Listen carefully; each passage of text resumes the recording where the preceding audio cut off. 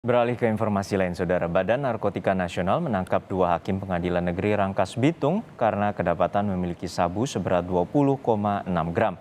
Kini pegawai di seluruh wilayah hukum Banten akan menjalani tes urin sebagai antisipasi penyalahgunaan narkotika di lingkungan pengadilan. Dua hakim pengadilan negeri Rangkas Bitung beserta seorang panitera pengganti ditangkap petugas Badan Narkotika Nasional Provinsi Banten karena mengonsumsi narkoba jenis sabu. Pengungkapan berawal dari adanya informasi akan ada pengiriman sabu melalui jasa pengiriman barang dengan pemesan salah satu hakim pengadilan negeri Rangkas Bitung. Dalam penggeledahan, petugas BNN menemukan barang bukti alat hisap sabu dan juga sabu seberat 20,6 gram di ruang kerja sang hakim di Pengadilan Negeri Rangkas Bitung. Dua hakim ini mengaku telah mengkonsumsi sabu selama 1 tahun. Ya, barang buktinya 20,600 sekian gram. 20 gram, sekian. Itu dari tangan siapa? Itu dari tangan RAS. Karena RAS lah yang mengambil ke jasa pengiriman. Yang ditemukan di ruang kerja hakim apa, Pak? Peralatan penggunaan untuk menggunakan konsumsi. Kecewa dengan perilaku dua hakim, sejumlah mahasiswa berdemo di depan Pengadilan Negeri Rangkas Bitung. Atas tertangkapnya dua hakim karena terlibat narkoba, pihak Pengadilan Negeri Rangkas Bitung menyerahkan kasus ini ke BNN. Kami dari pengadilan menyerahkan proses hukum ini ke BNNP. Kami dari pengadilan maupun Mahkamah Agung tidak akan mengintervensi proses ini. Ya, jadi percayakan kepada BNNP untuk melakukan proses hukum. Buntut dari penangkapan hakim, kini pegawai pengadilan di seluruh wilayah hukum Banten akan menjalani tes urin sebagai antisipasi penyalahgunaan narkotika di lingkungan pengadilan.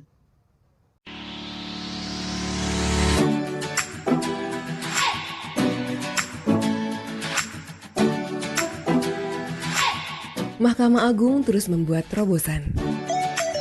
Kali ini, Mahkamah Agung menerbitkan Perma Nomor 3 Tahun 2018 tentang administrasi perkara di pengadilan secara elektronik. Layanan e-court ini dapat diakses melalui situs e-court.mahkamaagung.go.id. E-court diterapkan di pengadilan negeri, pengadilan agama, dan pengadilan tata usaha negara seluruh Indonesia. Dengan e-court, proses peradilan menjadi lebih sederhana, cepat, dan biaya ringan. Untuk mendaftarkan perkara, Anda tidak perlu datang ke pengadilan. Cukup membuka situs e-court, login, mengisi data, kemudian mengunggah surat gugatan. Untuk membayar panjar biaya perkara, tidak perlu repot antri di bank. Anda bisa memakai berbagai pilihan channel pembayaran, seperti SMS banking, internet banking, atau ATM yang disediakan bank Anda. Nomor perkara dikeluarkan secara otomatis.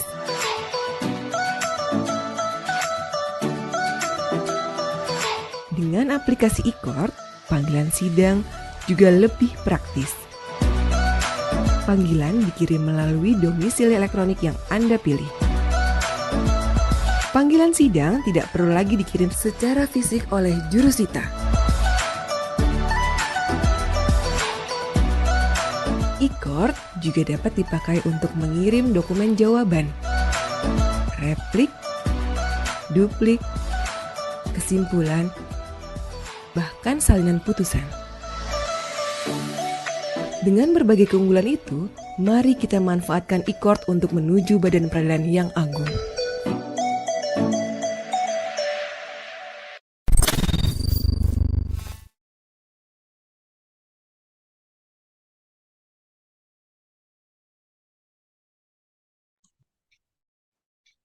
Assalamualaikum warahmatullahi wabarakatuh. Perkenalkan, kami dari peserta Latsar CPNS Mahkamah Agung RI, golongan 2, Angkatan 1, kelompok 4. Dalam kesempatan kali ini, kami akan menjelaskan hasil diskusi kami terkait tugas analisis kasus yang berhubungan dengan manajemen ASN dan Smart ASN dari penerapan pelayanan publik.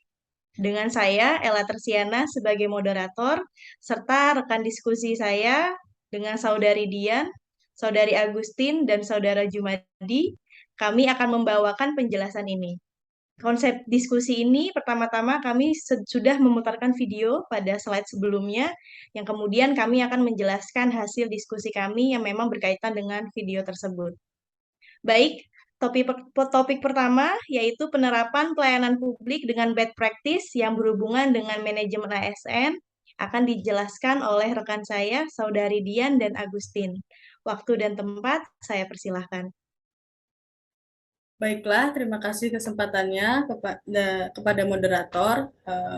Saya akan menjelaskan terkait kasus yang telah diputar sebelumnya, yaitu penangkapan 2 hakim dan seorang panitera oleh Badan Narkotika Nasional di Pengadilan Negeri Rangkas Bitung. Kemudian saya akan menanggapi terkait hal-hal buruk karena lemahnya manajemen ASN yang menyebabkan implementasi kepada pelayanan publik. Yang pertama, membuat masyarakat tidak lagi percaya kredibilitas badan peradilan yang seharusnya sebagai penegak hukum dan keadilan. Yang kedua, melakukan proses pengadilan perkara dalam pengaruh narkoba sehingga tidak sesuai dengan Undang-Undang Dasar dan berdasarkan ketuhanan yang Maha Esa. Yang ketiga, terganggunya pelayanan publik pada saat proses penangkapan hakim dan dilakukannya tes urin di lingkungan peradilan negeri Rangkas Bitung. Kemudian, upaya yang dapat direkomendasikan yang pertama, memperkuat kerjasama pengawasan perilaku antara Mahkamah Agung dengan Komisi Yudisial untuk hakim maupun ASN yang tersebar di seluruh Indonesia. Kemudian yang kedua, memberikan sanksi yang memiliki efek jera bagi hakim yang terbukti melakukan pelanggaran, contohnya dengan menonaktifkan dari jabatan dan status sebagai ASN, kemudian melakukan proses hukum secara transparan dan akuntabel untuk mengembalikan kepercayaan masyarakat bahwa hukum di Indonesia tidak memandang bulu. Selanjutnya akan dilanjutkan oleh Kak Tika. Silakan Kak Tika. Terima kasih Kak Dian. Sesuai video yang diputar sebelumnya, menurut saya, 2 hakim tersebut telah melanggar kode etik ASN atau dalam artian tidak menjaga martabat dan kehormatan ASN, yaitu tidak melaksanakan tugasnya sesuai dengan ketentuan peraturan perundang-undangan, tidak memegang teguh nilai dasar ASN, dan tidak menjaga reputasi dan integritas ASN. 2 hakim tersebut juga telah melanggar nilai manajemen ASN, yaitu disiplin, terkait tata tertib dan hukum disiplin, sehingga 2 hakim tersebut layak diberhentikan secara tidak hormat sesuai dengan pasal 87 sampai 90 Undang-Undang ASN.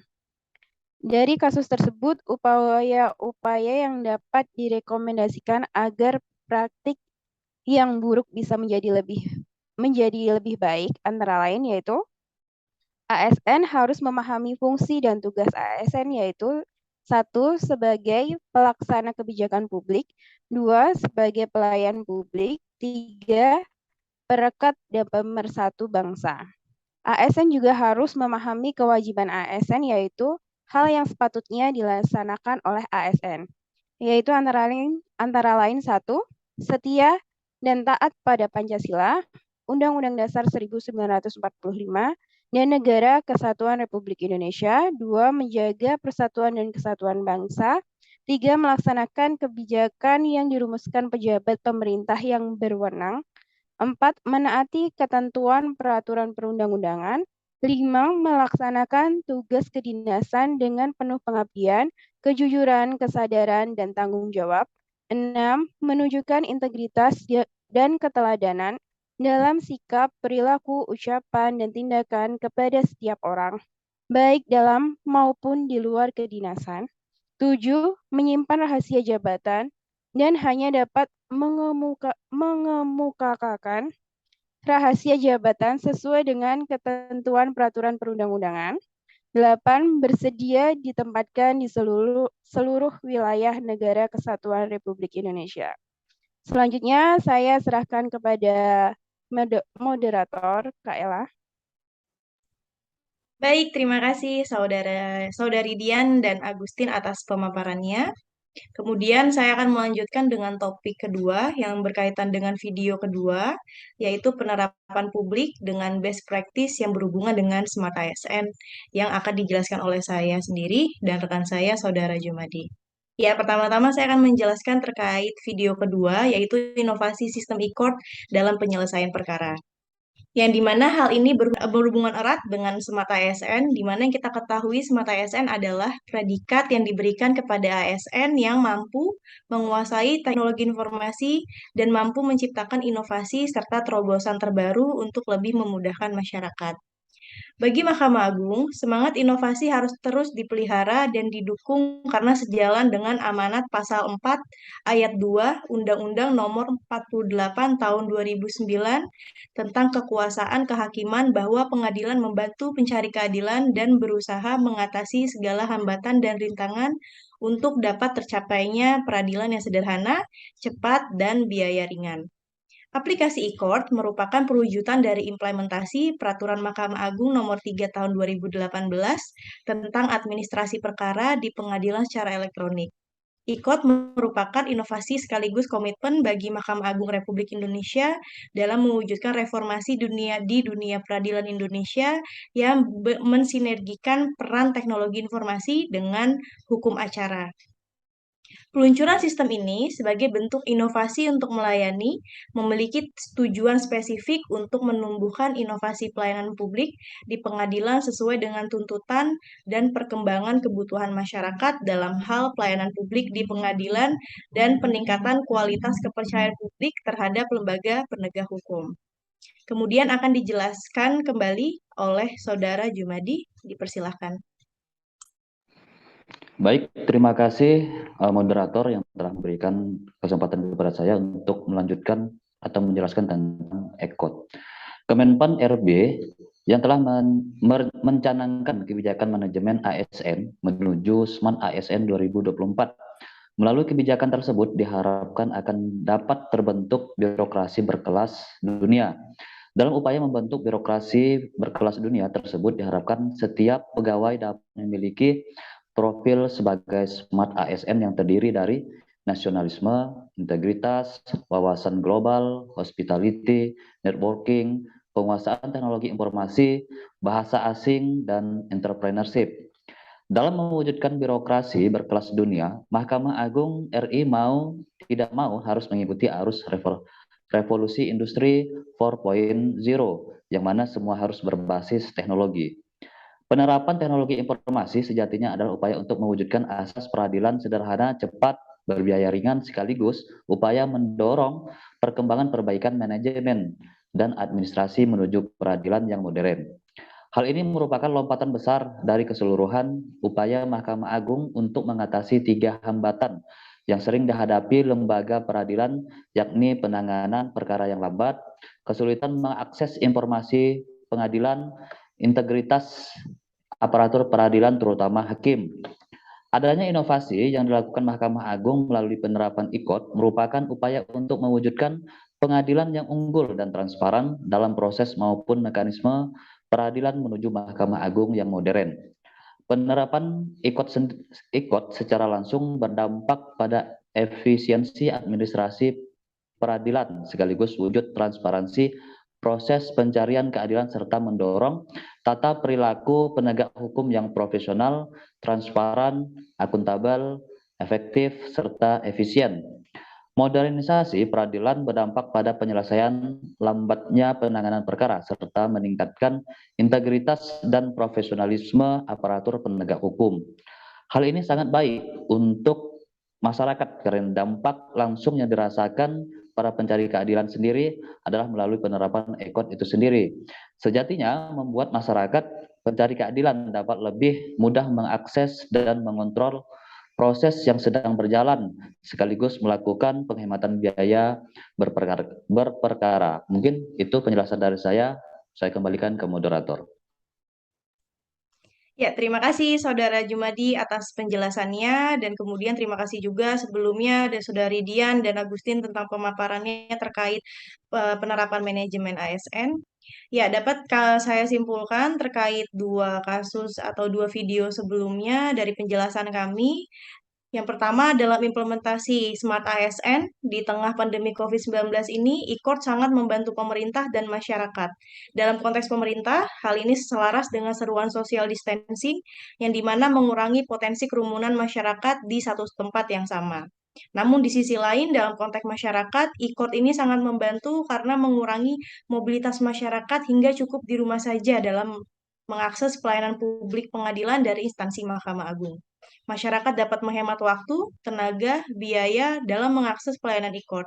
Namun, untuk penerapannya sistem e-court ke seluruh lapisan masyarakat di kota maupun daerah, sistem ini masih harus disosialisasikan agar inovasi ini dapat bermanfaat untuk masa depan.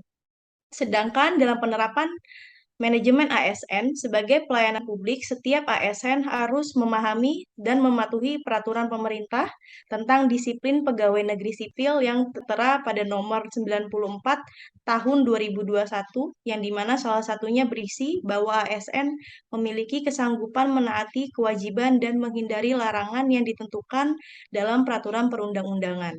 Hal ini untuk menghindari dampak negatif yang bisa saja muncul seperti menurunnya harkat, martabat, citra instansi, satuan kerja, dan negara.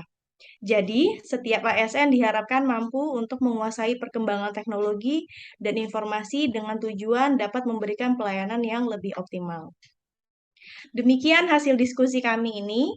Semoga bisa memberikan masukan positif serta membawa manfaat untuk pelayanan ASN Mahkamah Agung yang lebih optimal kepada masyarakat, demi ASN yang lebih baik untuk masa depan. Saya Latersiana bersama rekan saya Dian, Agustin, dan Jumadi pamit undur diri. Kurang lebihnya mohon maaf. Wabillahi taufiq walhidayah. Wassalamualaikum warahmatullahi wabarakatuh. Waalaikumsalam.